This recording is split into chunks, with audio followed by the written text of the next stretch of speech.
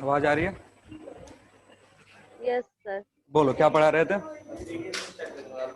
अच्छा, स्टेबिलिटी पढ़ा रहे थे। तो स्टेबिलिटी हमने दो चीजें डिस्कस करी है। पहला स्टेबिलिटी हमने क्राइटेरिया रखा था कि एनजेड जो होना चाहिए, एन बाई जेड रेशियो 1.6 से छोटा और 1 से बड़ा होना चाहिए। ठीक है। और दूसरा कंडीशन था कि स्टेबिलिटी इज ग्रेटर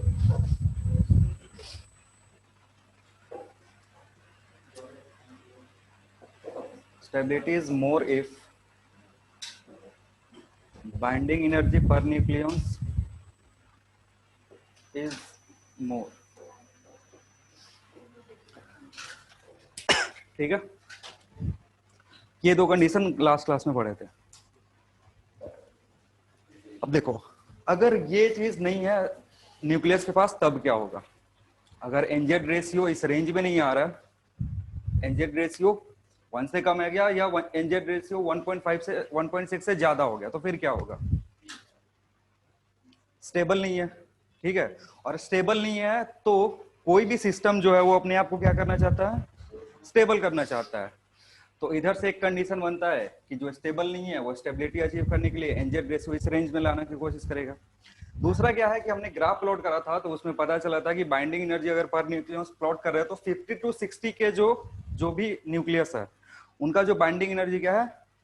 ज्यादा है दूसरे के रेस्पेक्ट में। ठीक है।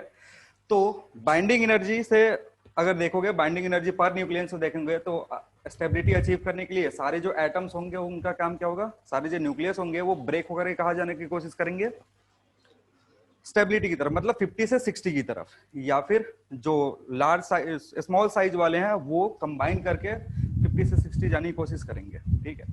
तो होता क्या है कि इन दोनों से हमें दो रिलेशन पढ़ने का मिलता है। इससे इसके चलते हम पढ़ते हैं रेडिएशन या रेडियो एक्टिविटी,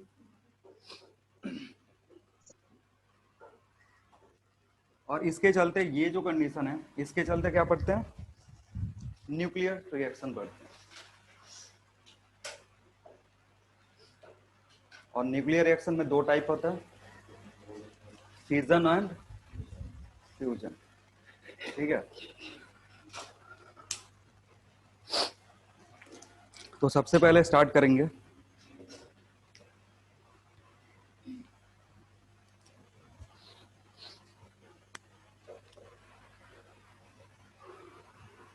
फिजन। फिजन समझेंगे फिर उसके बाद रेडियो एक्टिविटी पढ़ेंगे।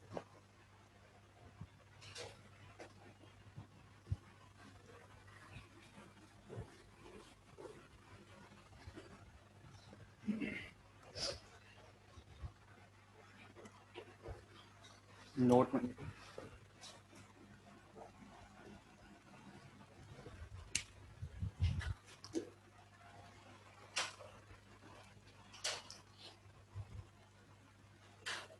लिखना, nucleus, nucleus of mass number, nucleus of mass number,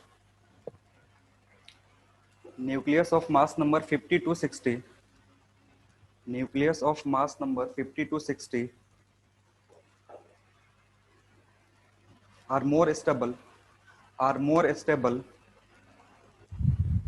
are more stable, full stop, nucleus, nucleus of large mass number, of large mass number, large mass number breaks into, breaks into, large mass number breaks into two smaller nuclei, two smaller nuclei, two smaller nuclei to achieve stability, two smaller nuclei to achieve stability. This process is called, this process is called, this process is called fission. This process is called fission.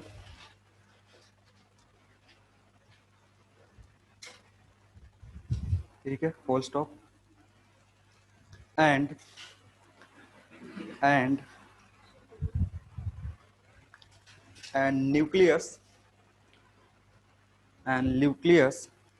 having less having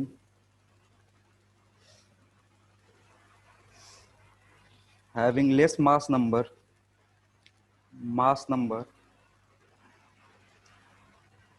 combined with combined with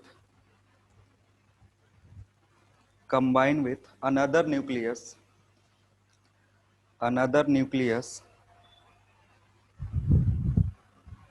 to achieve stability to achieve stability to achieve stability, and this is called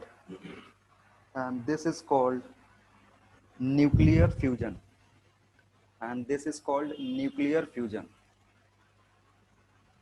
This is called nuclear fusion. Nuclear fusion. Full stop. During both processes, energy is released. During both processes, energy is released.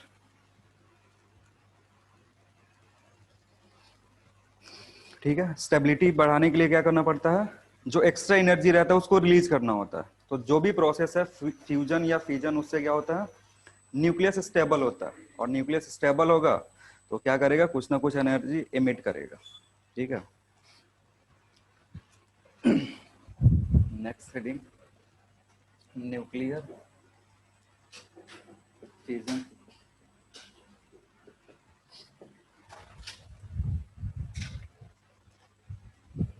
Nuclear fission, nuclear fission में क्या बोले थे, बोलो।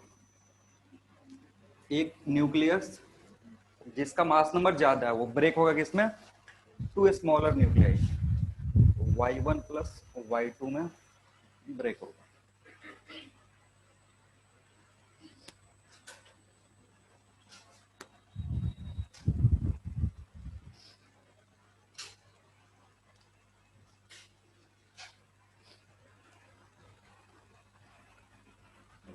अब इसमें होता क्या है, नीचे इसके लिखोगे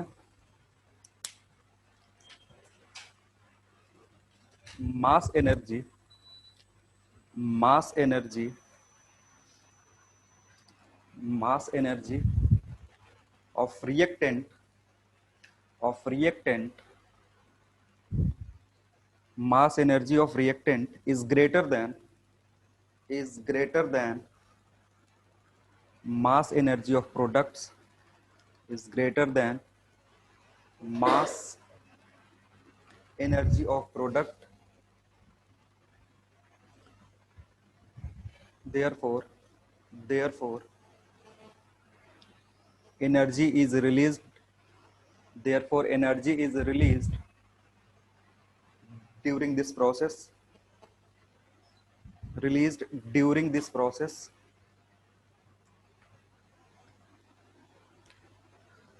which is equal to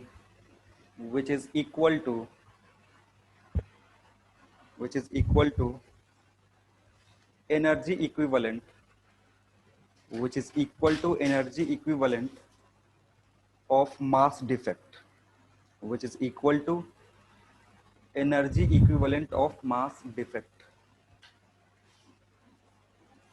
equivalent to mass defect, energy equivalent to mass defect. देखो मास डिफेक्ट कैसे निकालते हैं, मास डिफेक्ट को डेल्टा एम से रिप्रेजेंट करते हैं। ठीक है, और अभी जो लाइन लिखा है उसमें क्या बताएं कि जो एनर्जी है किसके पास, रिएक्टेंट के पास, वो ज्यादा होगा किससे, प्रोडक्ट से। यानी इसका जो मास होगा, इसके और इसके कंबाइंड मास से क्या होगा, ज्यादा होगा। यानी अगर मास डिफेक्ट इधर कैलकुलेट करोगे तो मास डिफेक्ट क्या होगा, x का मास माइनस y1 माइनस y, ये तुमको मास डिफेक्ट देगा। ठीक है, अब जो भी एटम देगा या जो भी न्यूक्लियस देगा उसके कोरोस्पॉन्डिंग हमें जेड पता होगा और ए पता होगा, वो पुट करके मास डिफेक्ट निकालेंगे। यहाँ प्लस हो, यहाँ प्लस करो,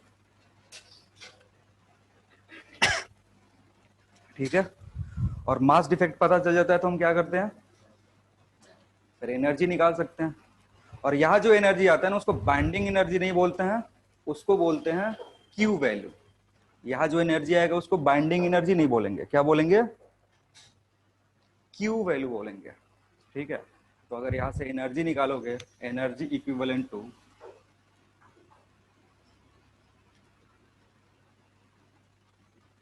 डेल्टा एम, क्या होगा, क्यू इज इक्वल टू, ऐसे ब्रैकेट में लिख सकते हो, इसको क्यू वैल्यू बोलते हैं।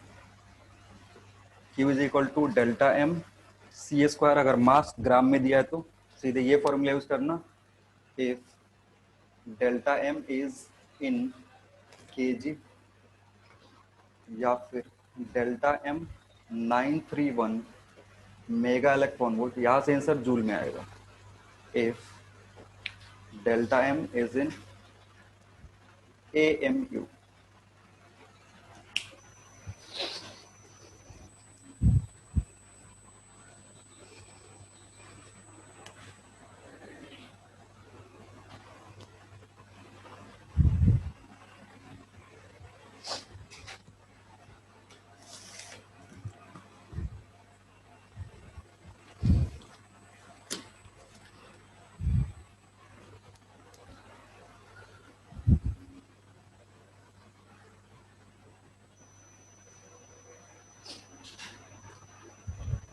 अगर इस टाइप का कुछ प्रॉब्लम आ रहा है ना, तो अगर पहले ध्यान देंगे कि डेल्टा एम किस में दिया होगा, AMU में दिया है तो डायरेक्टली किससे मल्टीप्लाई कर दोगे, 931 से, वहां से जो आंसर आएगा वो किस में आएगा, इलेक्ट्रॉन वोल्ट में आएगा, मेगा इलेक्ट्रॉन वोल्ट में आएगा। लेकिन कभी कभी प्रॉब्लम में क्या करता है ना, मास जो होता है, जो डेल्टा एम है वो किस में दे देता है, ग्राम में या फिर केजी में, तो उसमें ये फिर 931 मल्टीप्लाई करोगे तो आंसर गलत आएगा, उसमें क्या करोगे फिर सी स्क्वायर से मल्टीप्लाई करोगे तो आंसर जूल में आएगा। ये ध्यान देना, इधर गलती नहीं करना। देखो हमारे पास कुछ एग्जाम्पल है, पहला एग्जाम्पल समझते हैं। यूरेनियम 92 238 को अगर न्यूक्लियस से बम्बार्ड करते हैं, ठीक है, यूरेनियम का एक, सॉरी न्यूक्लियस है, उस पर एक न्यूट्रॉन मारना है,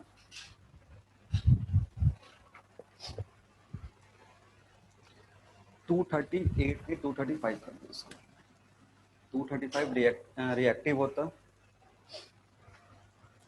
अगर इसको न्यूक्लियस से बम्बार्ड करोगे तो बनेगा क्या, ये याद रखना है, जो भी यहाँ से रिजल्ट आएगा उसको याद रखना। यहाँ से बनेगा Da141 और इधर होगा 56 प्लस, और क्या बनता है, थोरियम नहीं, जो भी यहाँ से रिएक्शन आएगा वो याद रखना। यहाँ से बनेगा फिर Kr, हाँ Kr, और फिर एनर्जी रिलीज होगा, Kr के लिए वो लिख लो 92 36, इसका सबमिशन इसके बराबर, ऊपर वाले का सबमिशन इसके बराबर आ रहा है, ये एक बार चेक कर लो। ये सर 92 36 92, ठीक है, और 56 141, ठीक है, इसका 10 ऐसे लिखते हैं, सॉरी उल्टा लिख दिया मैंने, 01 लिखते हैं, 01, क्योंकि जो भी तुम्हारा न्यूट्रॉन है उसका कंट्रीब्यूशन होता है क्या, आएगा अभी एक, अभी इधर कुछ और लिखना है, इधर होता है 30N1, अब देखो अब आ रहा है, ऊपर इधर कितना 236 है, इधर आ रहा है देखो, अब ऐड करके देखो अगर आ रहा है तो 325 और एक 6 अब आएगा, ठीक है ना।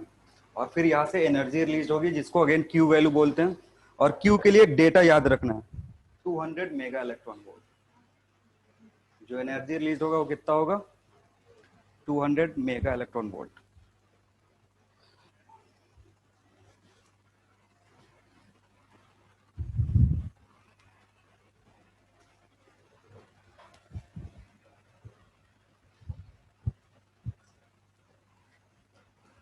और जब यूरेनियम को किसी भी न्यूट्रॉन से हिट करेंगे तो दो पॉसिबिलिटी होता है, एक रिएक्शन इसका, एक रिएक्शन ये हो सकता है जिससे क्या बने, टी और के आर बने। एक और रिएक्शन हो सकता है U92 सेम को अगर 235 को हीट करोगे तो एक और रिएक्शन बनता है जिसमें जेनन और एस आर मिलता है। ठीक है, इसमें 2 न्यूट्रॉन प्लस एनर्जी उतना ही मिलेगा। और वैल्यू जो है वो 140 इधर, 140 इधर, और एस आर का कितना होता है 92, 54, और ये होगा कितना 38, एन के लिए 0 1। ये दो रिएक्शन याद रखना।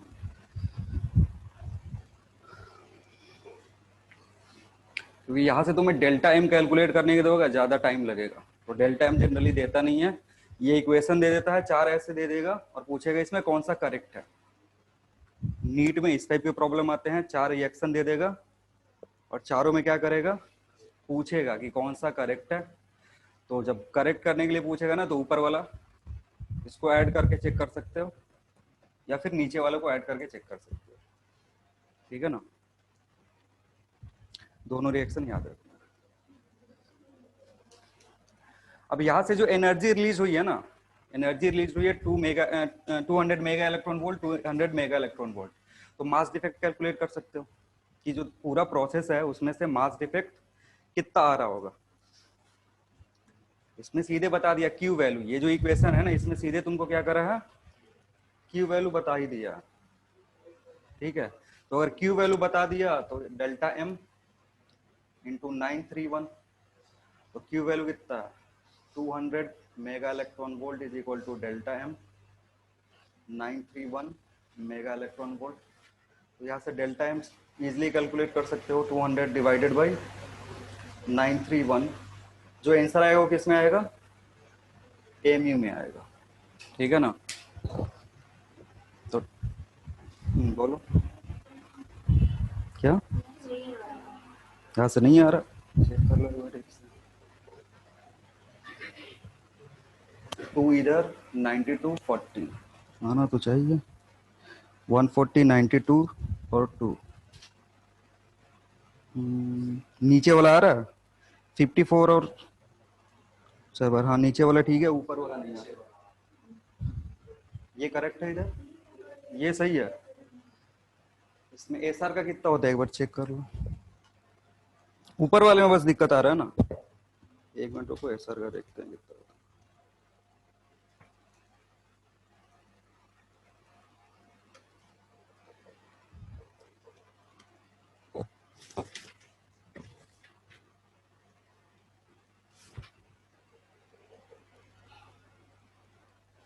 एस आर का 95 और जेएनएन का 139, वो चेंज कर लेना थोड़ा उसको। इसका 95 होगा और ये 139।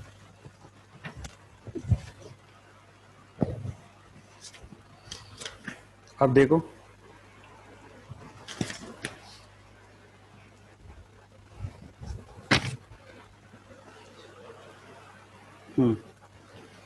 38 54 95 139, हाँ ठीक है, उसको चेंज कर लो। और इधर ठीक है 141 92 3, हाँ ठीक है।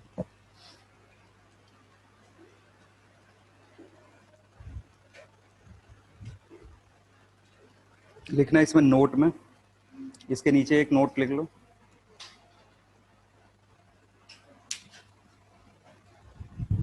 लिखना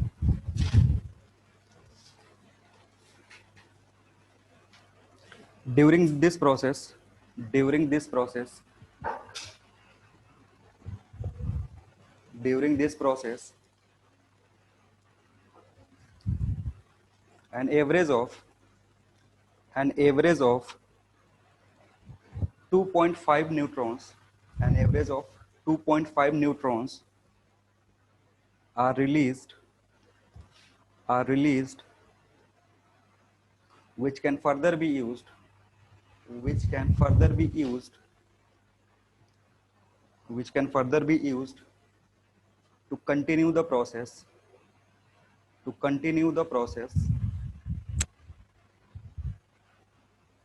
to continue the process, full stop. अब देखो इसके बाद होगा क्या ना, हमने एक बार अगर रिएक्शन स्टार्ट कर दिया, इसमें करना क्या होता है, एक बार रिएक्शन स्टार्ट करना होता है, एक न्यूट्रॉन लेंगे और उसको कहाँ बम्बार्ड करेंगे, जो भी फ्यूल है तुम्हारा यूरेनियम का, तो अगर फ्यूल को हिट करोगे ये दोनों पॉसिबिलिटी होगा, या तो ये बनेगा या तो ये बनेगा, मतलब एवरेज यहाँ से जो नंबर ऑफ न्यूट्रॉन आ रहा है कितना आ रहा है 3, अगर ये रिएक्शन होगा तो कितना आ रहा है 2, एवरेज अगर काउंट करोगे तो कितना होगा 2.5, मतलब एक न्यूट्रॉन से हिट करा तो मे बी हमारा पॉसिबिलिटी क्या है कि उस रिएक्शन के बाद हमें 2.5 न्यूट्रॉन्स मिल सकते हैं, तो जो 2.5 एक्स्ट्रा जनरेट हुए वो किसी और फिर एटम से टकरा जाएंगे, ठीक है। तो एक रिएक्शन जैसे हमने चालू करा, एक चेन रिएक्शन शुरू हो जाता है, और अगर उस चेन रिएक्शन को कंट्रोल नहीं कर पाते हैं तो फिर क्या होता है, बॉम्ब हो जाता है।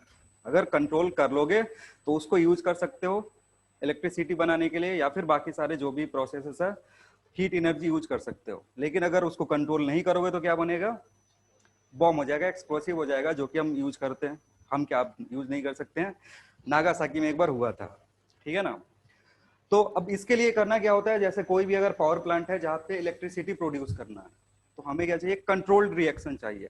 कंट्रोल्ड रिएक्शन मतलब जो भी न्यूट्रॉन्स एक्स्ट्रा आ रहे हैं उसको खाना होता है, मतलब जो एक्स्ट्रा प्रोड्यूस हो रहे हो ना, तो उनको क्या चाहिए, मान लो एक से एक तुमने मारा, दूसरा एक और निकलना चाहिए, तो बाकी का 1.5 बच रहा है उसको क्या करेंगे, टर्मिनेट करेंगे। तो उसको टर्मिनेट करने के लिए न्यूक्लियर रिएक्टर स्पेशली डिजाइंड होता है, जिसमें हम अलग अलग मटेरियल यूज करते हैं जो मॉडरेट करता है रिएक्शन को, ठीक है। तो वो पूरा रिएक्टर वेक्टर नहीं पढ़ना है तुमको, बस ये इक्वेशन याद रखना है कि क्या होता है इस इक्वेशन में, एनर्जी कितनी रिलीज हो रही है ये याद रखना है, 200 mega electron volt energy release होगी। अगर मास डिफेक्ट पूछता है तो फिर इसके कोरस्पॉन्डिंग निकाल सकते हो मास डिफेक्ट, ठीक है ना। अलग से तुमसे मास डिफेक्ट कैलकुलेट नहीं करवाएगा कि पहले मास डिफेक्ट निकालो फिर वहां से एनर्जी कैलकुलेट करो, वो ज्यादा हेक्टिक हो जाएगा, कर नहीं पाओगे, ठीक है। तो ये था न्यूक्लियर फिजन, नेक्स्ट है फ्यूजन, नेक्स्ट लेंगे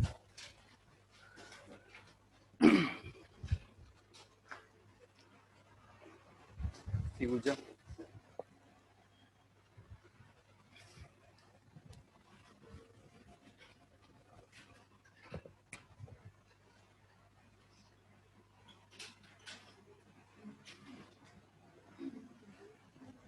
इसके डेफिनेशन में क्या बताया था कि टू लाइट न्यूक्लियाई क्या करेगा, कंबाइन करके एक सिंगल बनाएगा, ठीक है ना। लाइट न्यूक्लियाई कंबाइन करके क्या करता है, एक सिंगल न्यूक्लियस बनाता है, और इस प्रोसेस में भी एनर्जी क्या होता है, रिलीज होगा। तो जैसे x1 प्लस x2 कंबाइन होकर के क्या बनाएगा, y बनाएगा।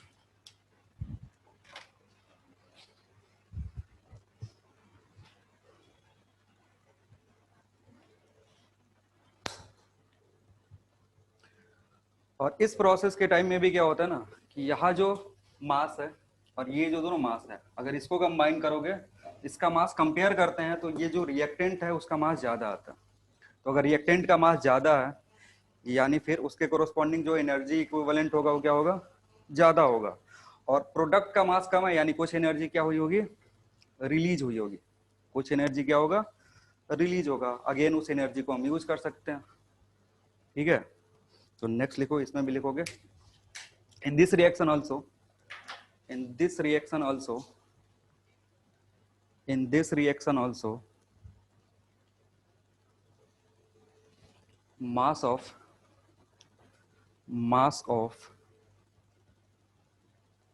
reactant, mass of reactants is greater than mass of reactants is greater than mass of products,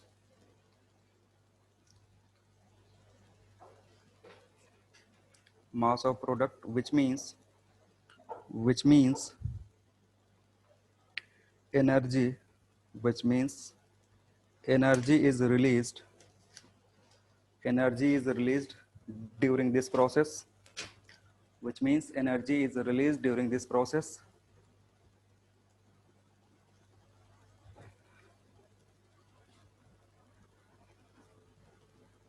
this energy is also equal to this energy is also equal to this energy is also equal to energy equivalent to mass defect. Energy is also equal to energy equivalent to mass defect. Energy equivalent to mass defect and is known as Q value, and it is known as Q value of the reaction, and it is known as Q value of the reaction. ठीक है, तो इसमें क्या होगा, इसके example, दो hydrogen मिलके क्या करेगा, एक हीलियम का न्यूक्लियस बनाएगा प्लस एनर्जी रिलीज करेगा 23.5 electron volt.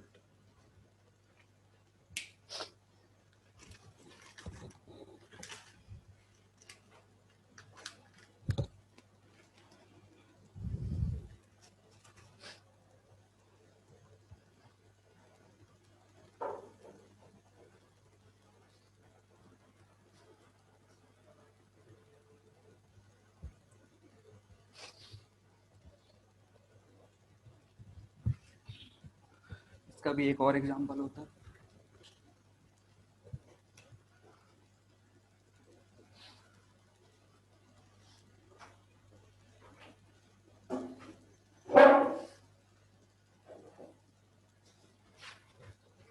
Sorry mega electron volt.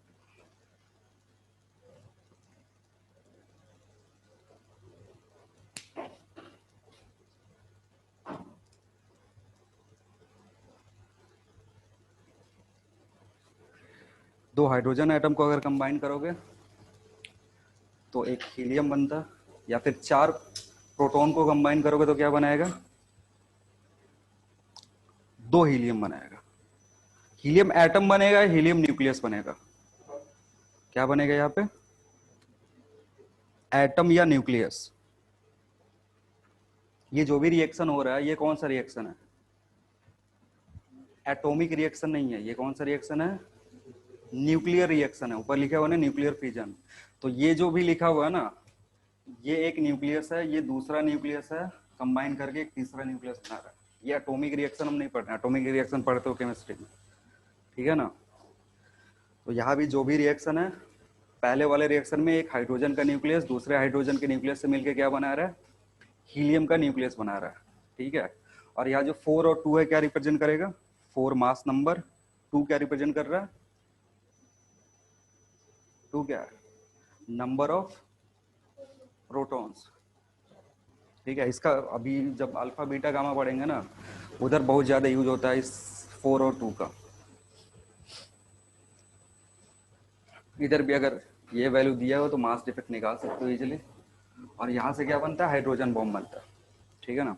अब इसके साथ दिक्कत क्या है कि हम इसको नॉर्मल टेम्परेचर पे प्रोसीड नहीं कर सकते। ये जो भी रिएक्शन है इसके लिए हाई टेम्परेचर चाहिए, उस दोनों को न्यूक्लियस को कंबाइन करने के लिए बहुत ही हाई टेम्परेचर चाहिए, जो कि अभी हमारे पास जो वेसल्स अवेलेबल है वो उतना टेम्परेचर बियर नहीं कर पाएंगे। तो इसलिए इसको यूज करके हम ज़्यादा कुछ कर नहीं सकते हैं। जो भी सन से एनर्जी प्रोड्यूस होता है वो यही फ्यूजन के चलते होता है। हाइड्रोजन एटम कंबाइन करके क्या बनाएगा, हीलियम बनाता, हाइड्रोजन का न्यूक्लियस, और वहाँ से एनर्जी रेडिएट होता है।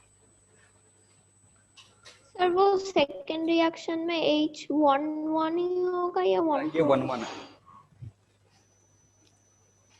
H11 का मतलब होता है प्रोटॉन कंबाइन करना, ठीक है ना। 1-1 का क्या मतलब है, क्योंकि ऊपर देखोगे ना ये वैल्यू किसको रिप्रेजेंट करता है, ये Z है, और ये क्या होता है, A है, और A किसके बराबर होता है, N प्लस Z के। तो अगर ये 1 है और ये भी 1 है तो N की वैल्यू कितनी हो जाएगी, 0। N0 मतलब जो भी न्यूक्लियस है उसमें क्या है, बस प्रोटॉन है, कोई न्यूट्रॉन नहीं है। क्या बोल रही हो, कौन सा, ये, हाँ ये इधर ले लिया।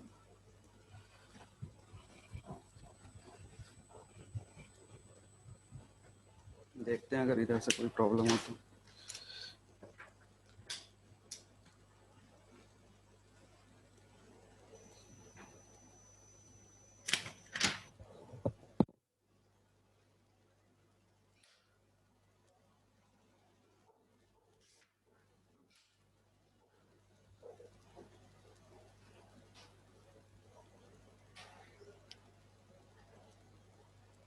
लिखना which of the following has which of the following has which of the following has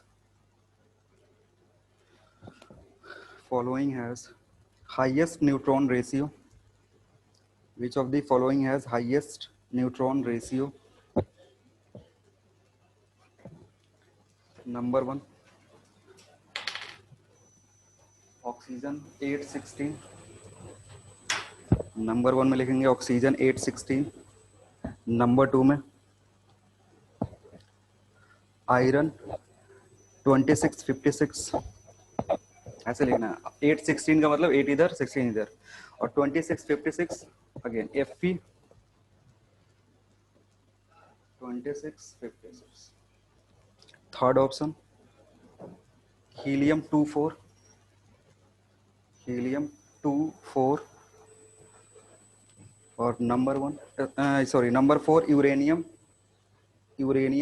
92 235, uranium 92 235।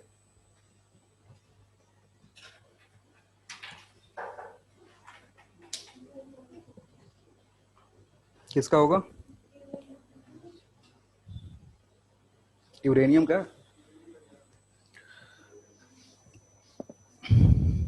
ये एम्स में पूछा हुआ था 2001 में।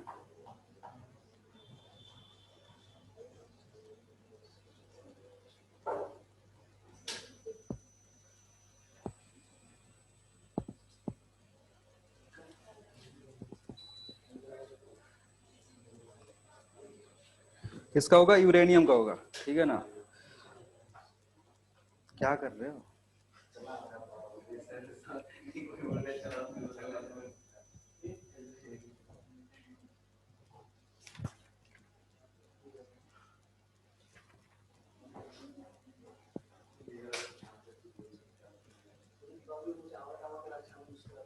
लिखना एक और, energy released by fusion, energy released by fusion of one atom, energy released by fusion of one atom,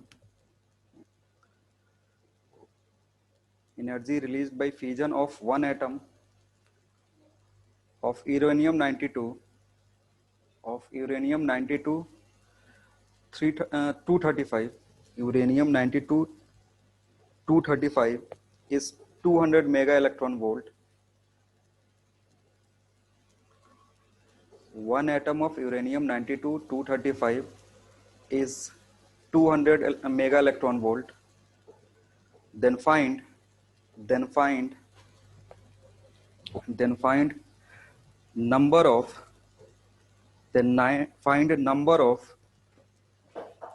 number of fusion reactions required.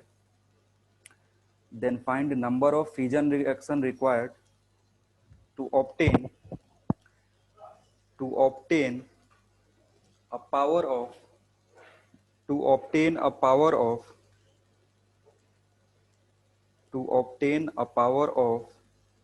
1 kilowatt. To obtain a power of 1 kilowatt.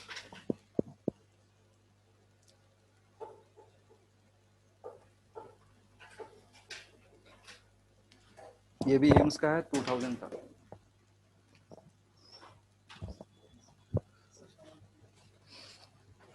कह रहा है कि एक फ्यूजन रिएक्शन हो रहा है ना, तो कितना एनर्जी रिलीज हो रहा है? 2 मेगा इलेक्ट्रॉन वोल्ट। तो तुमको 1 किलोवाट एनर्जी प्रोड्यूस करना है, तो कितना नंबर ऑफ रिएक्शन होना चाहिए? जैसे है ना यूनिटरी मेथड,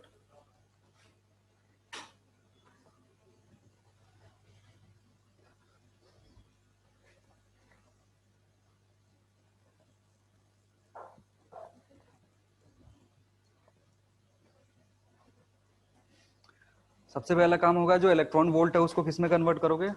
जूल में। या फिर 1 किलोवाट को किस में कन्वर्ट कर सकते हो? इलेक्ट्रॉन वोल्ट में। वो तुम्हारा मन है, कोई किसी एक को कन्वर्ट करना पड़ेगा। इसमें कुछ है नहीं, बस डिवीजन मल्टीप्लिकेशन है। हाँ,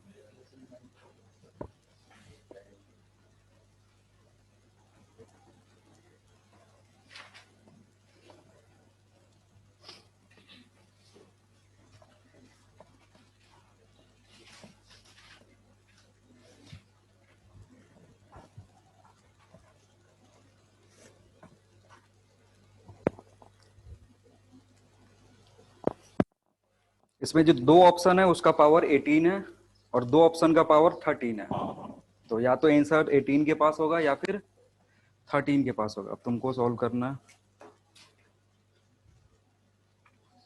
ट्राई करो।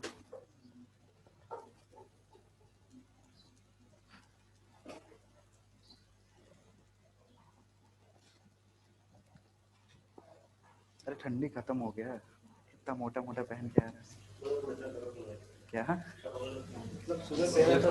अच्छा, अब इतना तेज बंगाली बोलोगे तो थोड़े समझ में आए, थोड़ा स्लो बोलो, धीरे धीरे कैच करते हैं। सुबह में ठंडक फैन चलता है आजकल फुल स्पीड में। हाँ एसी भी चलता है। नहीं कर पा रहे हो?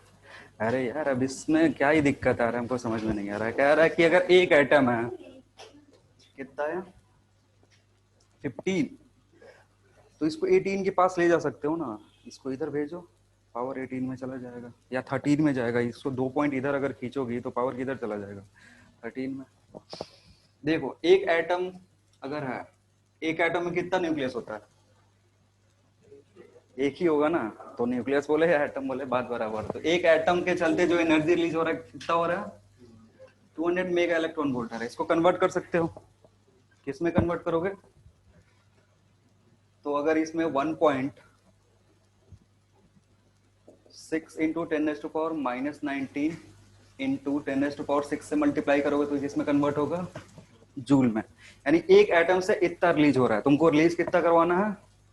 1 किलोवाट करवाना है। तुम्हें चाहिए क्या? 1 किलोवाट मतलब 1000 जूल पर सेकंड प्रोड्यूस करवाना है। एक सेकंड में कितना एनर्जी प्रोड्यूस होना चाहिए? 1000। एक से इतना हो रहा है, तो पर सेकंड कितना रिएक्शंस हो रहा होगा वो निकाल सकते हैं, बस डिवीजन करना। तो अगर डिवीजन करोगे 1000 divided by 200 into 1.6 into 10⁻⁻19 into 10⁻6, ये 5 टाइम्स में जाएगा। 5/1.6 इंटू 10⁻, ये 30। जो भी आंसर 13 के आसपास था। दो ऑप्शन था उसमें, ठीक है ना। 13 वाला अगर चेक करोगे तो एक ऑप्शन है 3 पॉइंट समथिंग इंटू 10⁻13 और एक है 1 पॉइंट समथिंग इंटू 10⁻13। तो अब इतना से समझ ही जाओगे कि ये 3 नहीं होगा। 3 वाला होगा? नहीं होगा। तो ये कौन सा हो सकता है? जो भी 1 पॉइंट समथिंग वाला है उसके आसपास।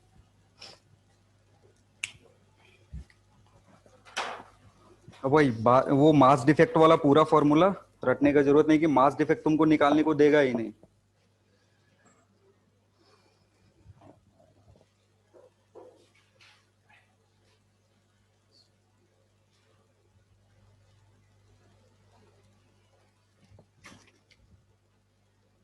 चलो इधर से और कोई सवाल बन नहीं रहा, या इन्होंने पूछा नहीं है, तो अब रेडियो एक्टिविटी पढ़ेंगे।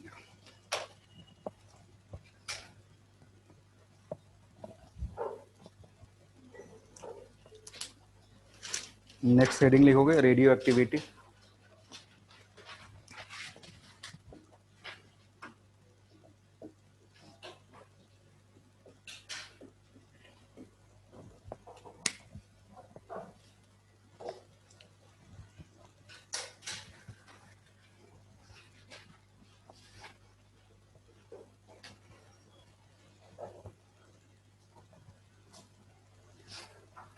लिखना है इसमें when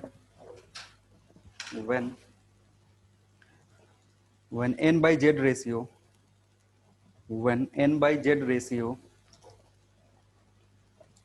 when n by z ratio is not in stable zone, when n by z ratio is not in stable zone,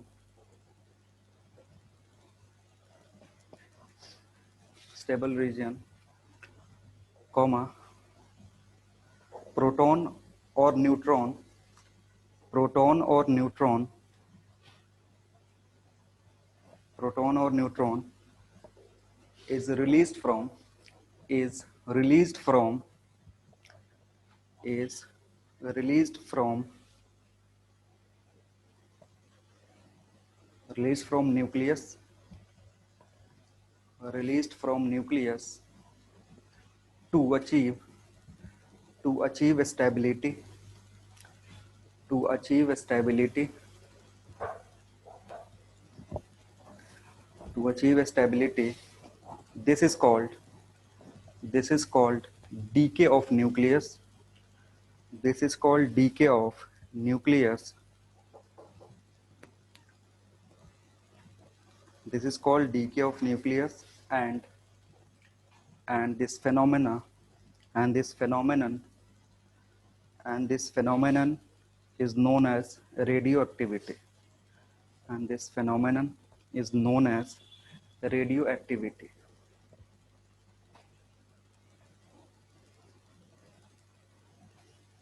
Nucleus, next full stop देगा. Nucleus having mass number greater than 82, nucleus having mass number greater than 82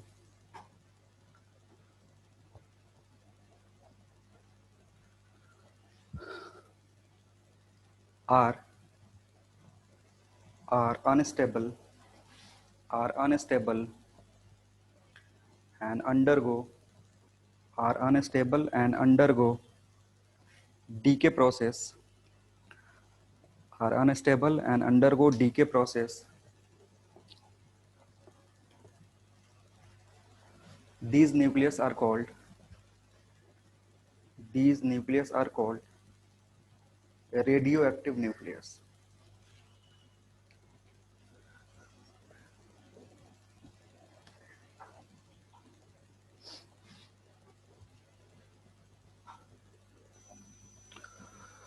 ठीक है, तो बहुत सारे ऐसे nucleus थे जिनका DK हो रहा था. इसको सबसे पहले एक साइंटिस्ट थे बीक्वेरल करके, उन्होंने खोजा था. उन्होंने बताया था कि कुछ तो हो रहा है न्यूक्लियस के अंदर. बाद में उस पर रिसर्च जो करा वो क्यूरी ने करा. क्यूरी का नाम सुने हो ना, मैडम क्यूरी का नाम सुने हो? हाँ, तो उसने बाद में उसमें बहुत सारे एक्सपेरिमेंट करे, फिर उसने बताया, और रेडियो एक्टिविटी के चलते मर भी गई बेचारी. नेक्स्ट उसी में लिखना. there are different types of decay process. There are different types of decay process.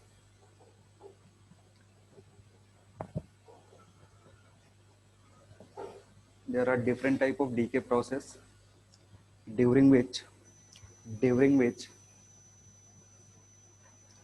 alpha particle,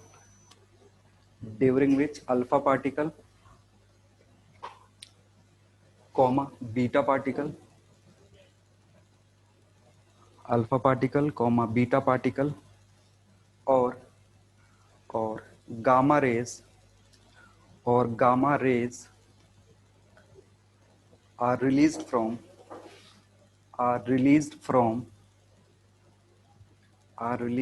the nucleus, are released from the nucleus.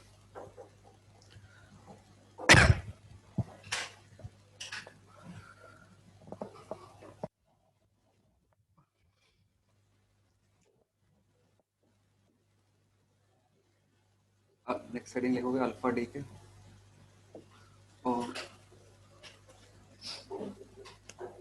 इसको बोलते हैं S2 emission process.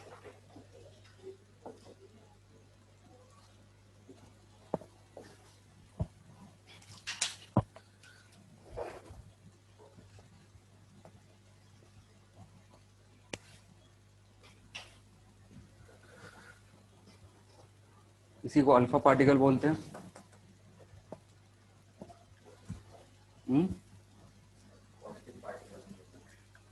न्यूक्लियस का ही तो सिंबल है. अब देखो इसमें होता क्या है कि अगर कोई एटम है, सॉरी कोई न्यूक्लियस है जिसका एटॉमिक नंबर Z और ये जो मास नंबर है वो कितना A है, तो इसके साथ होगा क्या, ये ब्रेक होगा और एक नया न्यूक्लियस प्रोड्यूस करेगा Z-2 A-4 plus He24 plus gamma rays.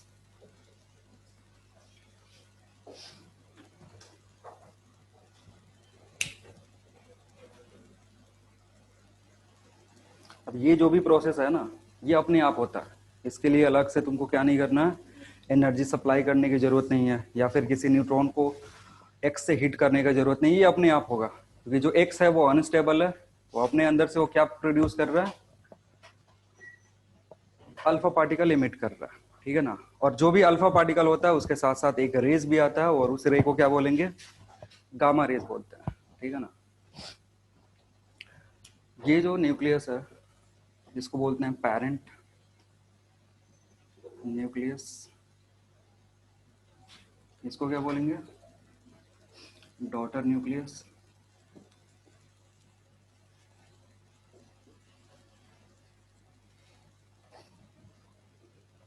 सन नहीं बोलते हैं क्योंकि मैडम क्यूरी ने काम करा था।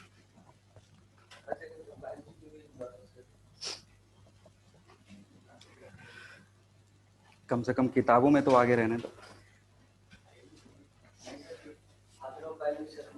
है ना।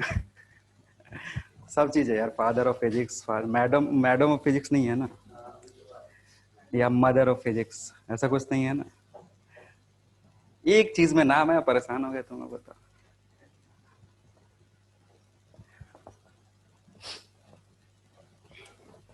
अब देखो इसमें क्या होता है ना, अगर ध्यान से देखोगे तो दो चीज हो रहा होगा साथ साथ। एक तो मास नंबर घट रहा है कितने से, 4 से।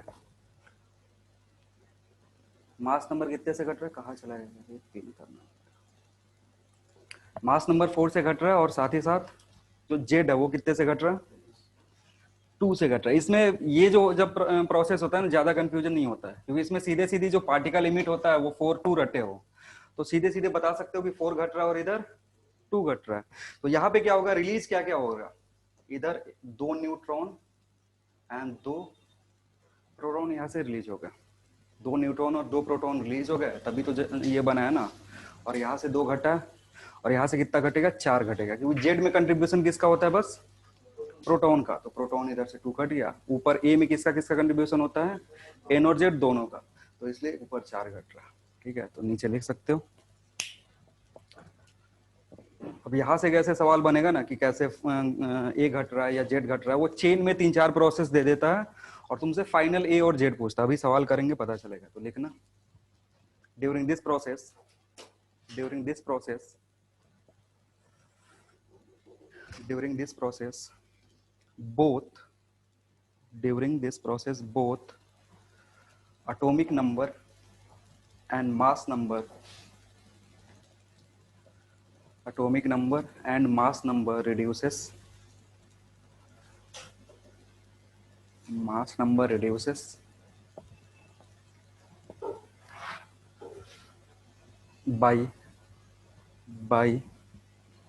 2 and 4 respectively, by 2 and 4 respectively।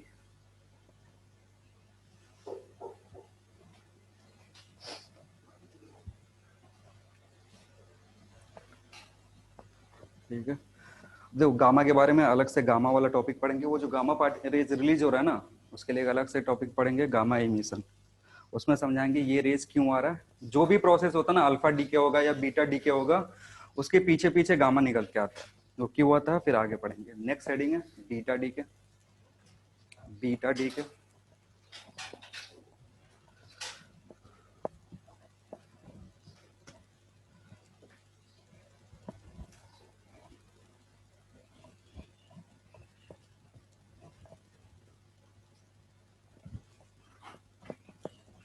Beta decay इसके 2 टाइप है,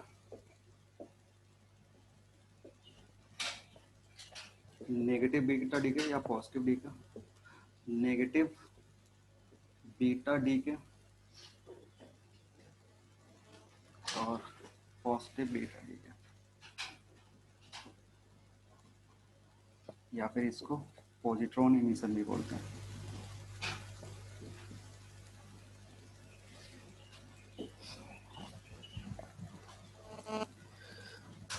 बीटा डीके 2 तरीके का होता है।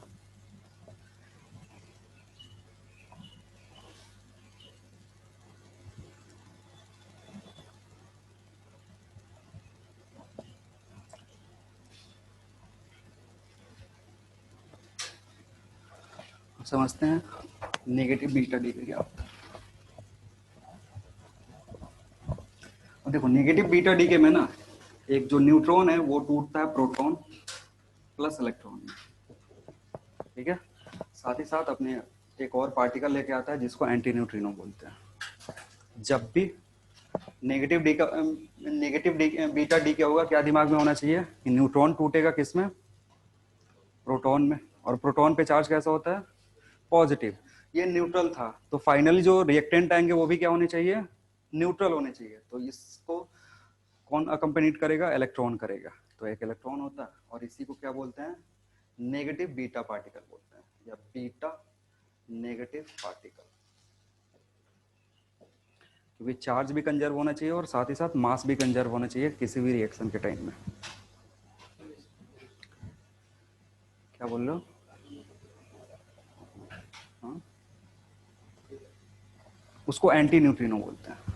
ये जो एक पार्टिकल है जो बाद में खोज किया गया बहुत दिन बाद, इसको एंटी न्यूट्रिनो बोलते हैं।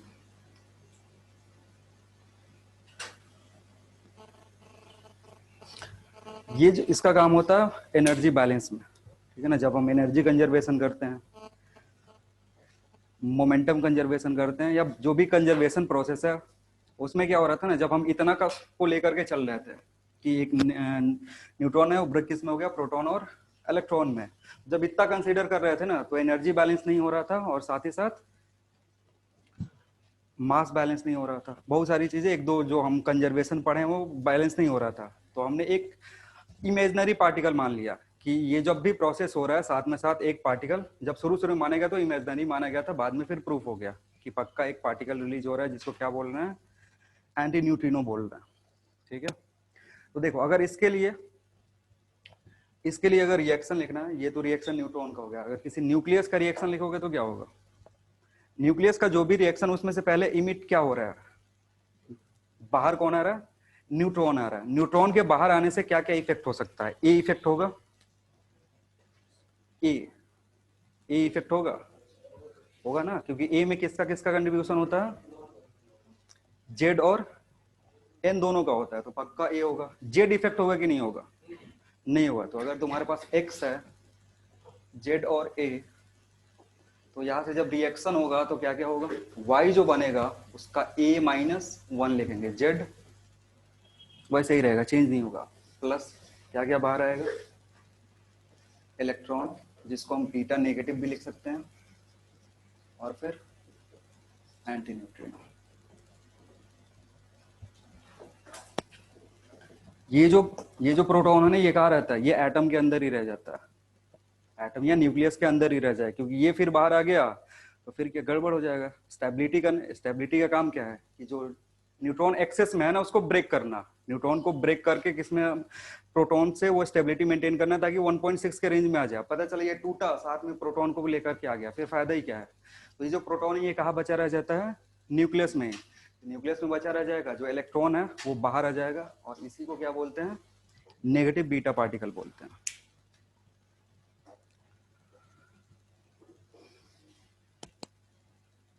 और इसका एक स्पेशल सिंबल भी होता है, इसको कभी कभी इस तरीके से भी लिखते हैं।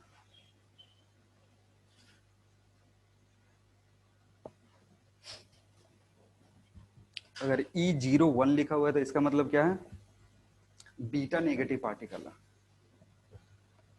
तो कंजर्वेशन से अगेन इधर का जेड का समीशन इधर बराबर होना चाहिए, और इधर का ए का समीशन इसके बराबर होना चाहिए। तो जो भी बीटा माइनस है उसके एक जेड की वैल्यू कितनी होगी, जेड 0 होगा, और ए कितना होगा, 1 होगा। अभी तो 1 माइनस हो रहा है ना। नेक्स्ट लिखोगे पॉजिटिव बीटा, या इसमें पहले नोट लिख लो फिर पॉजिटिव लिखना। नोट क्या लिखोगे, during this process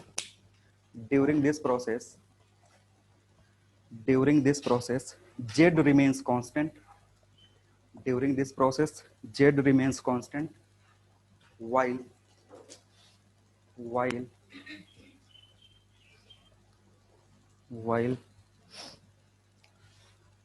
mass number decreases by 1, while mass number decreases by 1, mass number decreases by 1, आप लिखो पॉजिटिव बीटा डी के,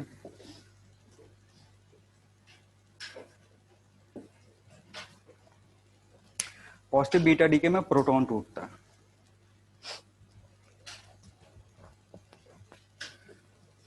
प्रोटॉन टूटेगा न्यूट्रॉन में प्लस बीटा प्लस न्यूट्रिनो में।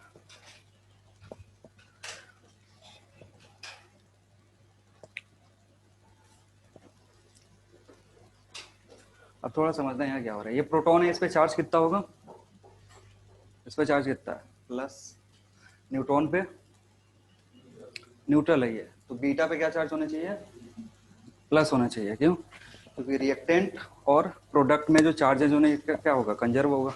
तो कंजर्व होने के ये तो न्यूट्रल है, ये न्यूट्रल है, क्योंकि ये हाइपोथेटिकल पार्टिकल है, तो बीटा क्या होगा, और इसी को क्या बोलते हैं, पॉजिट्रॉन बोलते हैं।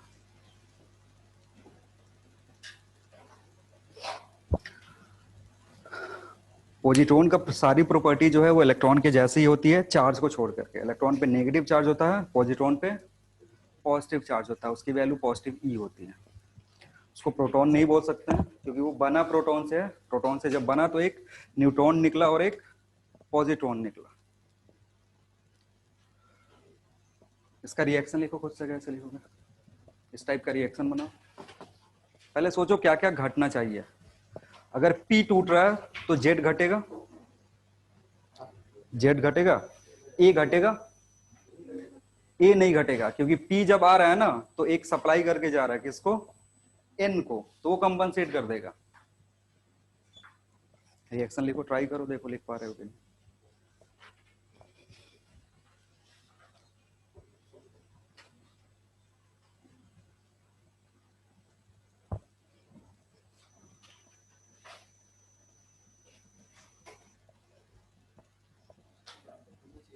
क्या,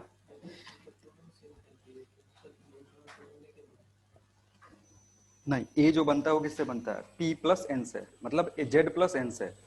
तो Z एक ब्रेक हुआ, तो Z ब्रेक हुआ तो N सप्लाई करके गया ना। अभी समझा रहे हैं क्या हो रहा है। देखो ये दोनों एमिट होंगे और ये न्यूक्लियस में ही रहेगा। तो देखो यहां होगा क्या, जब ये टूटा, P टूटेगा तो कौन इफेक्टेड होगा, P के टूटने से Z इफेक्ट होगा, तो Z कितने से 1 इफेक्ट होगा। अब समझते हैं A का, A के साथ क्या हुआ ना, P टूटा -1 होगा, लेकिन उसको एक N मिल भी रहा है, तो +1। A में किसका किसका कंट्रीब्यूशन है, Z और N का। तो Z तो 1 से घटा, लेकिन साथ ही साथ N क्या हो गया, 1 हो गया। तो ये दोनों एक दूसरे को क्या कर दे रहे हैं, कंपनसेट कर देंगे, इसलिए ये वैल्यू चेंज नहीं होगा। यहाँ बीटा प्लस और यहाँ बार हट जाएगा बस। अब उसके कोरस्पॉन्डिंग बीटा का देखो क्या होगा। बीटा को कैसे लिखोगे, ई के टर्म में अगर लिखना है तो इधर 0 और इधर 1।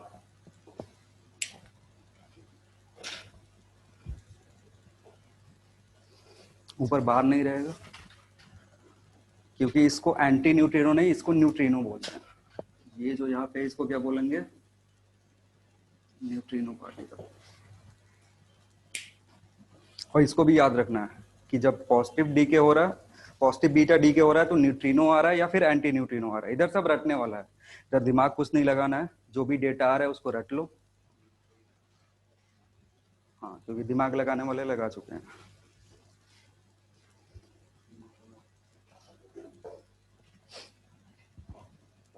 अब लास्ट डीके प्रोसेस है गामा डीके।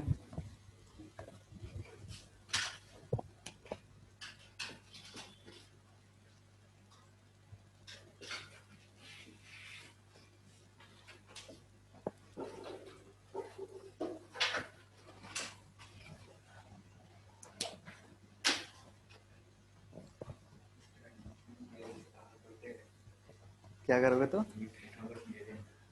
क्या करोगे, खाना चाहते हो, कहाँ देखोगे, अच्छा पता नहीं यार, उसका आइडिया मुझे है नहीं, कभी खाया नहीं है।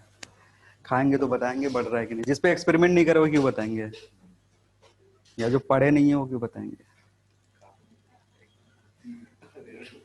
अभी तक कार्टून देखते हो, अरे कौन सा, पोगो या फिर कार्टून नेटवर्क? अभी आ रहा है ना नया नया वो टॉम एंड जेरी वापस, देखोगे? टॉम एंड जेरी देखोगे? आके स्टोरी बता दें, रिलीज किस दिन हो रही पता है? नहीं पता, शायद रिलीज हो चुकी है, 26 को होने वाला था क्या? अरे पुराना वाला है ना टॉम एंड जेरी, नया कुछ नहीं है, हमारे टाइम का ही था। अरे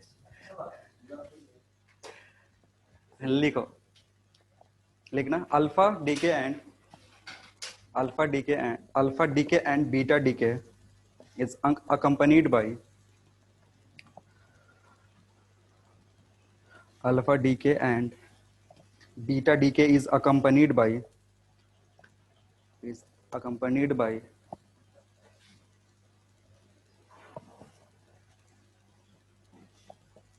energy release energy released energy release because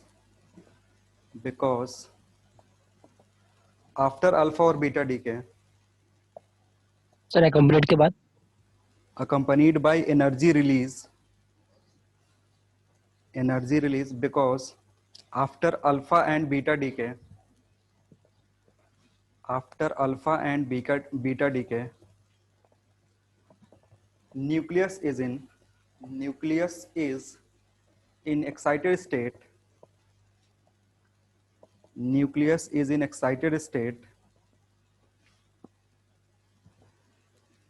and to become stable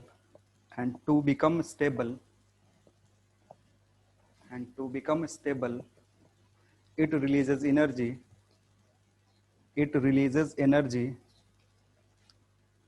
in terms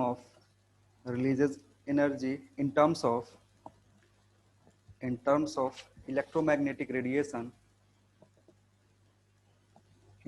electromagnetic radiation known as gamma rays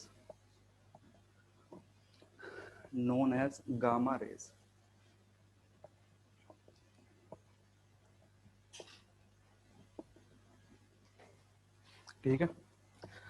देखो ये अकेला कभी नहीं होगा, गामा डीके जो होता है वो क्या होगा, अकेला कभी नहीं होता है।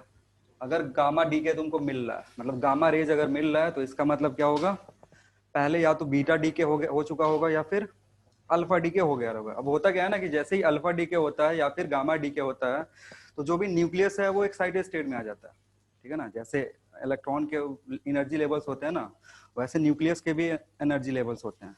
उतना डेप्थ में जा नहीं सकते हैं क्योंकि तुम्हारे सिलेबस में नहीं है, तो माथा क्यों खराब करना। तो एनर्जी लेवल्स होता है उनके न्यूक्लियस का भी, तो उधर भी ग्राउंड स्टेट है, एक्साइटेड स्टेट है।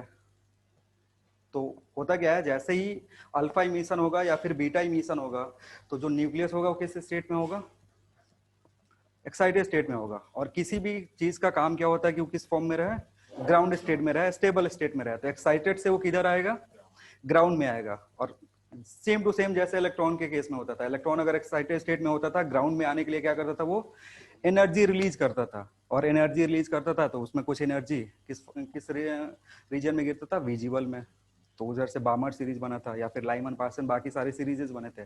सिमिलर प्रोसेस इधर भी होता है, जैसे ही एनर्जी रिलीज करता है वो किधर चले जाता है, गामा रेज बन जाता, गामा रेज के फॉर्म में बाहर आता है। इसलिए इसको क्या बोलते हैं, गामा डीके बोलते हैं। और गामा डीके जब होगा तो वो जस्ट एक टर्म है जिससे एनर्जी रिलीज होगा, ना तो एटॉमिक नंबर, ना तो ए चेंज होगा और ना ही जेड चेंज होगा, ठीक है। तो इसमें लिख लो, इसका सिंबल कुछ ऐसा होता है, x sorry Z A excited, Z A bracket में ऐसे लिख सकते हो एक्साइटेड। चेंज किसमें होगा, Z A ground plus gamma rays.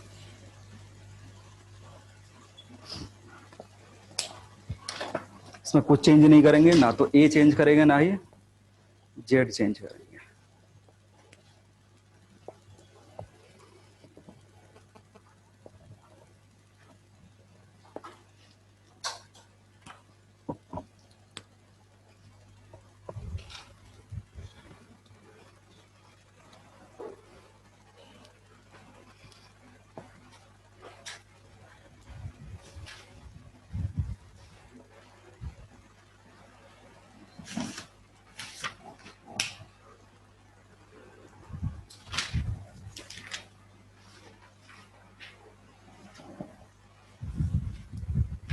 लिखना a nucleus प्रॉब्लम है ये a nucleus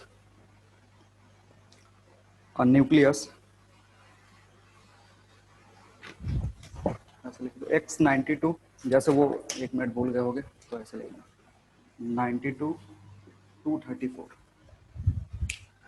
a nucleus 92 234 decays by emitting 3 alpha and 1 negative beta particle 3 alpha and 1 negative beta particle, then final product will be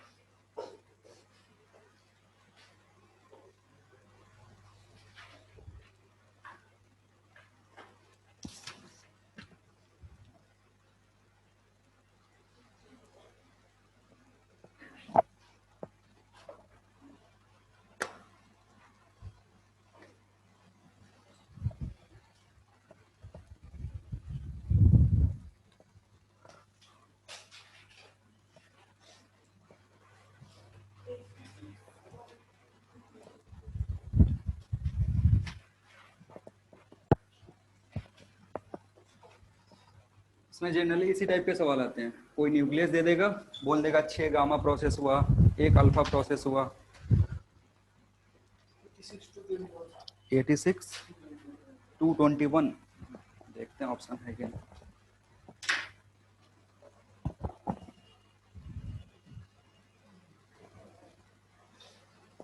पता नहीं सवाल ही गायब हो गया कहीं। चलो देखते हैं, इधर ही सॉल्व करते हैं। इधर से बोला क्या क्या, रिलीज क्या क्या हुआ है, 3 हीलियम और 1, तो उसका ज्यादा जरूरी ना सिंबल याद रखना। सिंबल याद रखोगे तो सीधे बैलेंस कर सकते हो। सिंबल क्या था, 0 1, ये सिंबल है ना, बस सब काम खत्म। इधर देखो ये कितना है, 4 है, 4 में 3 से मल्टीप्लाई करेंगे तो कितना हो जाएगा 12, और इधर एक 1 13 को क्या करेंगे, इधर से घटाएंगे, 13 घटाओगे तो कितना आएगा 221, इधर से y बनेगा। अब नीचे वाला देख लो, नीचे वाला ये कितना है 2 है, 2 में 3 से मल्टीप्लाई करोगे 6, इसके चलते कुछ चेंज नहीं होगा, तो इधर से 6 क्या करोगे घटा लोगे, 6 घटाओगे कितना आएगा 86। तो तुम लोग का 222 क्यों आ रहा था, किसी का 222 आया था?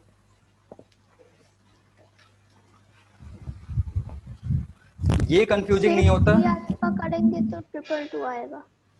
अच्छा बस अल्फा करोगे तो इधर कंफ्यूजिंग नहीं होता। कंफ्यूजिंग कौन सा होता है, ये वाला, ये टर्म और ये ही कंफ्यूजिंग होता है। अगर इन दोनों में कोई कंफ्यूजन नहीं रहा फिर इस टाइप का कोई सवाल गलती नहीं होगी। ये बीटा नेगेटिव है और ये क्या है बीटा पॉजिटिव है, ठीक है ना। तो इसको कहीं दीवार पे आईना वाइना पे लिख लेना, जो चीज हमेशा देखते रहते हो, और आईना से ज्यादा तो कुछ देखते नहीं होगे। आईना समझते हो, मिरर, हाँ तो मिरर पे लगा लेना। चेहरे से ज्यादा इसको देखना है ताकि गलती ना हो। नहीं देखते हो तभी चेहरा ऐसा हो गया, धुलते धुलते नहीं हो। एक और लिखो। अरे नहीं, परेशान होने की जरूरत नहीं, लिखना द एंड प्रोडक्ट, हाँ चल, end product of the decay, end product of decay of, ये लिखना, the end product of decay of thorium 90 232 is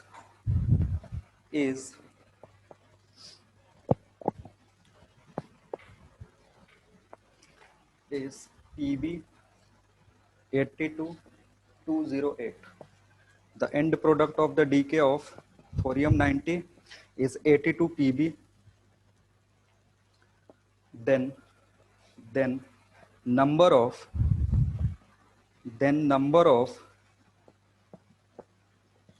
of alpha and beta particles, the number of alpha and beta particles emitted are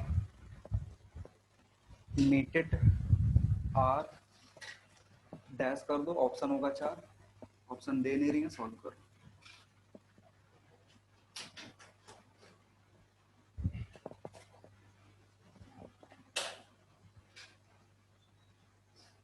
इधर से score करना बहुत easy है, अगर सवाल आता है ना आराम से 4 नंबर ला सकते हो। तो ये सबको कोशिश करना कि ये स्ट्रॉन्ग रहे। 4-5 फॉर्मूला है, ज्यादा इधर है नहीं कुछ।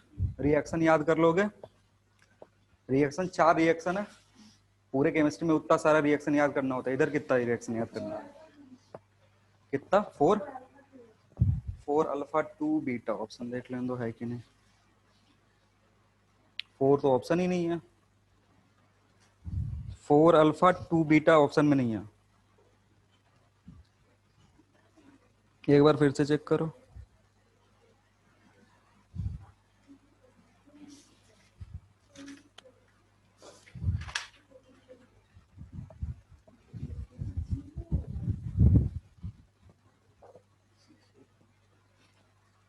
सर बीटा 4 होगा। Beta 4, beta 8। अरे ऑप्शन के अकॉर्डिंग करो, रुको ऑप्शन दे दे रहे हैं, अपने मन से कुछ भी बोले जा रहे हैं।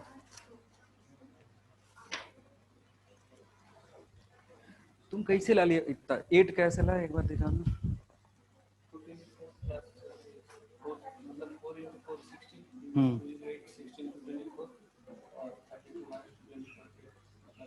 सर 6 और एक तो 4 सर। 6 और 4। Beta particle. चलो पॉसिबिलिटी इसमें बहुत सारा है, तो तुमको करना किसके अकॉर्डिंग होगा, ऑप्शन के अकॉर्डिंग होगा। ऑप्शन कहा गया,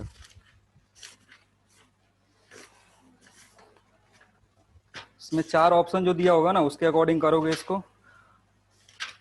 ऑप्शन है 3 3 6 4 6 0 एंड 3 2। एक बार लिख लो जल्दी से, 3 3 6 4 6 0 एंड 3 2। 3 3 6 4 6 0 एंड 3 2। तो अब देखो कौन सा आ रहा है, 6 और 4 आ रहा है ना। Second option sir.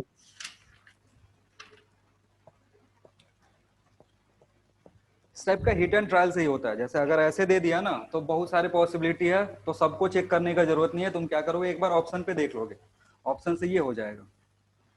तो ये ऊपर वाला जो है वो कितने से घटना चाहिए, ऊपर वाला कितने से घट रहा है, कितने से, 24 से जा रहा है।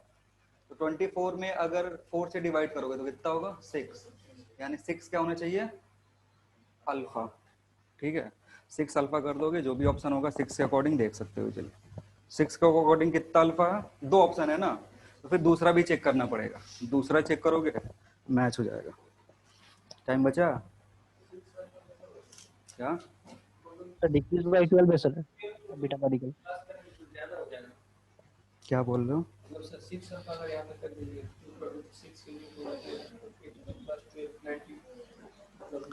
तो ये घटा भी तो सकता, ई जो है वो वैल्यू घटा भी तो सकता। ई जब कुछ देखो सुनो, बीटा के साथ कंफ्यूजन क्या होता है ना, जब सवाल में नहीं दिया होगा ना तो दोनों पॉसिबिलिटी सोचोगे, बीटा माइनस का भी और बीटा प्लस का भी। अगर सवाल में बता दिया है कि माइनस से सोचना है तो फिर प्लस के बारे में नहीं सोचेंगे। लेकिन अगर प्रॉब्लम में बस बीटा पार्टिकल लिखा हुआ है तो इसका मतलब बीटा माइनस और बीटा प्लस दोनों पॉसिबिलिटी लेके सोचेंगे, फिर ऑप्शन देखेंगे। तो उतना दिमाग लगाओगे ना, उससे जल्दी 4 ऑप्शन चेक कर लोगे। ठीक है, तो चारों ऑप्शन सीधे उठा करके चेक कर लो, देखो कौन घट करके ऊपर और नीचे दोनों को सेटिस्फाई कर रहा है। सर 8 से कम चेंजेस को। नेक्स्ट है law of radio active DK.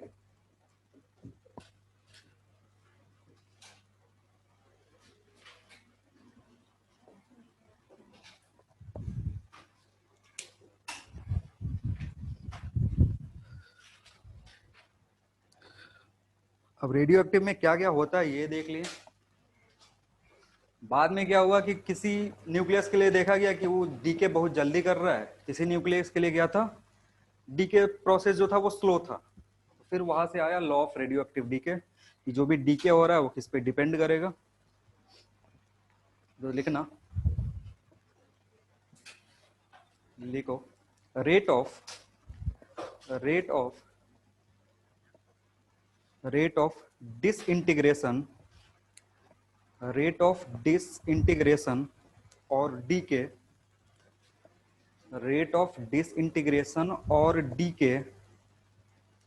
of a nucleus sample depends on number of nuclei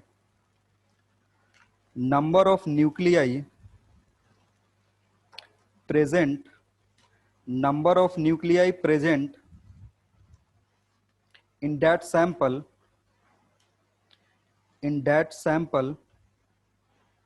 at a given instant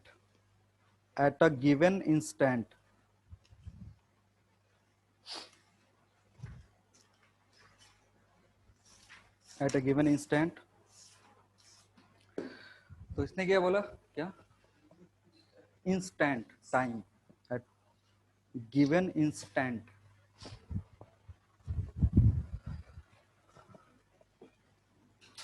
rate of disintegration,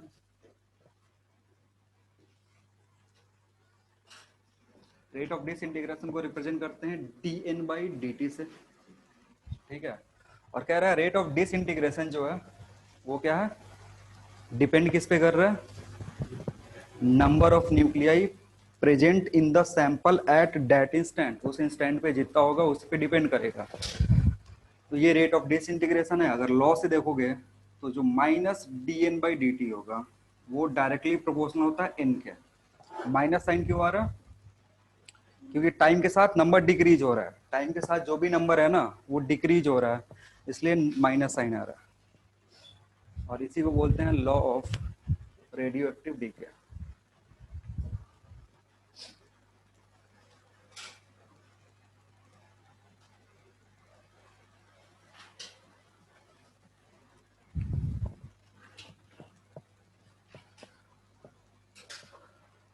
अब ये जो भी साइन ऑफ प्रोपोर्शनलिटी है उसको हटाने के लिए कांस्टेंट इंट्रोड्यूस करना पड़ेगा। तो यहाँ से -dn/dt जो है वो क्या होता है, लेमडा n के बराबर होता है,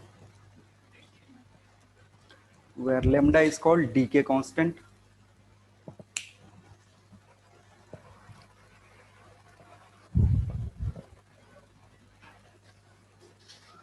लेमडा क्या है तुम्हारा, डीके कांस्टेंट है। यूनिट बताओ क्या होगा लेमडा का, यूनिट सोच सकते हो यहाँ से कि यूनिट क्या होगा, टाइम इनवर्स, ठीक है ना। क्योंकि जो ये n है ये नंबर है, n नंबर इधर भी नंबर, तो जो लेमडा होना चाहिए वो उसका यूनिट क्या होना चाहिए, टाइम इनवर्स। क्योंकि इधर टाइम इनवर्स है तो इधर भी जो टर्म होना चाहिए उसका यूनिट टाइम इनवर्स होना चाहिए। तो लेमडा को बोलते हैं डीके कांस्टेंट,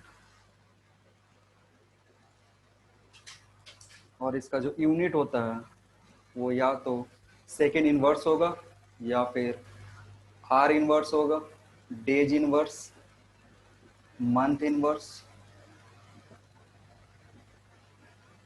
या फिर ईयर इनवर्स। ये सारे में से कोई भी ऑप्शन में दे सकता है, डेज मंथ, यानी टाइम इनवर्स होना चाहिए।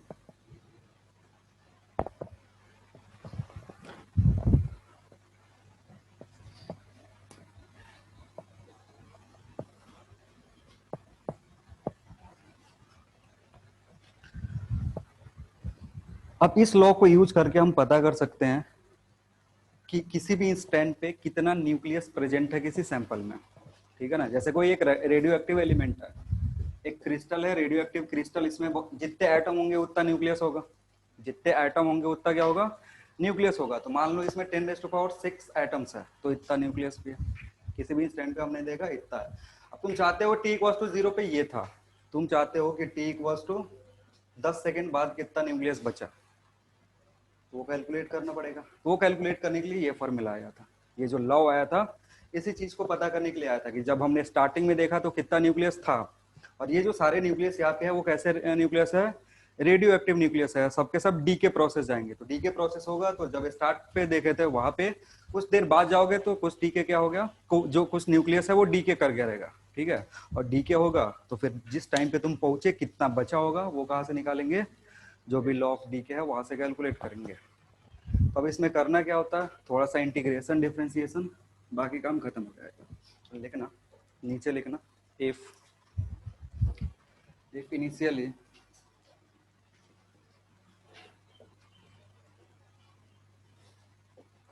n naught nuclei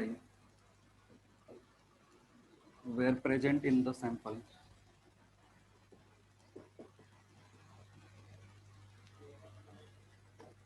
then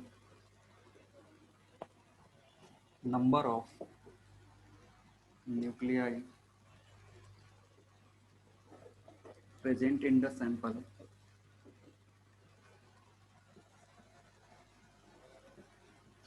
at any time t is given as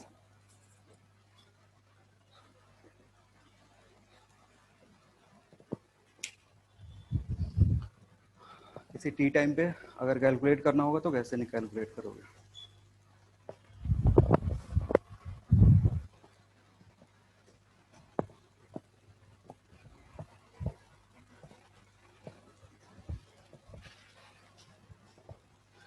तो देखो ये जो इक्वेशन है ना ये एक्चुअली बता क्या रहा है कि अगर तुमने dt टाइम दिया है, सॉरी अगर dt टाइम दिया हुआ है तो कितना न्यूक्लियस डीके हो गया, dn डीके हो गया।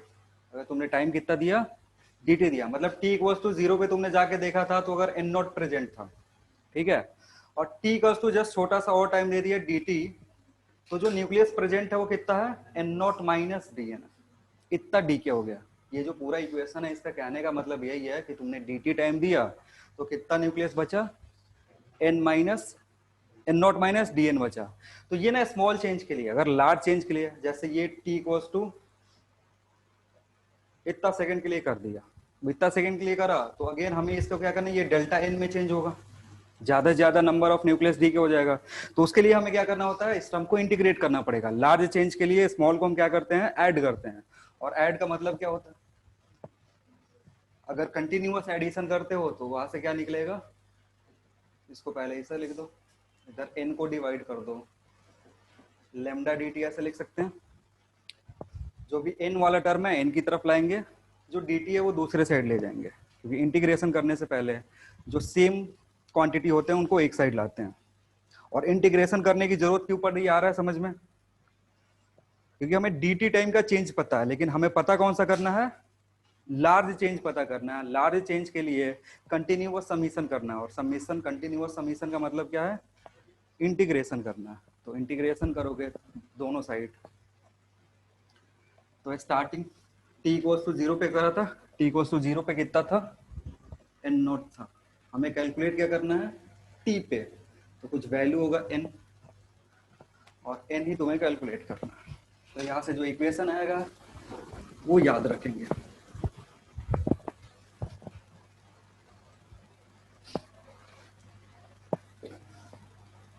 इसका इंटीग्रेशन कितना होगा, dn बाई n का integration, Sir, log final of relation n is equal to n naught e to the power minus lambda t.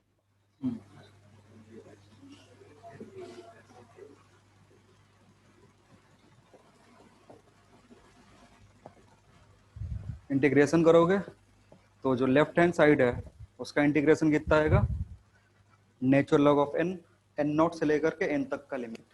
अगर राइट हैंड साइड में करते हो तो लेमडा t 0 से t तक का इंटीग्रेशन, इधर वैल्यू पुट कर दो, प्रॉपर्टी यूज कर लो सीधे लॉग का, ये इस तरीके का होगा, अगर माइनस लेमडा t। ये केमिस्ट्री में भी पढ़े होगे, केमिस्ट्री में पढ़ लियो, क्या नाम है उसका, केमिकल काइनेटिक्स पढ़ लियो ना, सेम उसी तरीके का है, कुछ चेंज नहीं है। इधर भी हाफ लाइफ पढ़ते हैं, मीन लाइफ पढ़ते हैं। तो अगर केमिकल काइनेटिक्स ठीक से पढ़े हो तो रेडियो एक्टिविटी आराम से कर लोगे। उधर सर ने कुछ एग्जांपल भी बताया होगा ना कि फर्स्ट ऑर्डर या सेकंड ऑर्डर जो होता है वो कुछ रेडियो एक्टिव का फॉलो करता है। कौन सा ऑर्डर फॉलो करता है? रेडियो एक्टिविटी को कौन सा ऑर्डर फॉलो करता है? Zero order, first order, second order? First order करता है। हाँ, तो ये सारे फर्स्ट ऑर्डर रिएक्शन। इसको सिंप्लीफाई करोगे थोड़ा सा तो n/n0 एंटी लॉग लोगे तो e to the power minus lambda T हो जाएगा। तो यहाँ से n कितना होगा, यानी जो भी नंबर है वो एक्सपोनेंशियली डिक्रीज हो रहा है। जो भी नंबर है किसका, न्यूक्लियस का, वो एक्सपोनेंशियली क्या हो रहा है, डिक्रीज कर रहा है।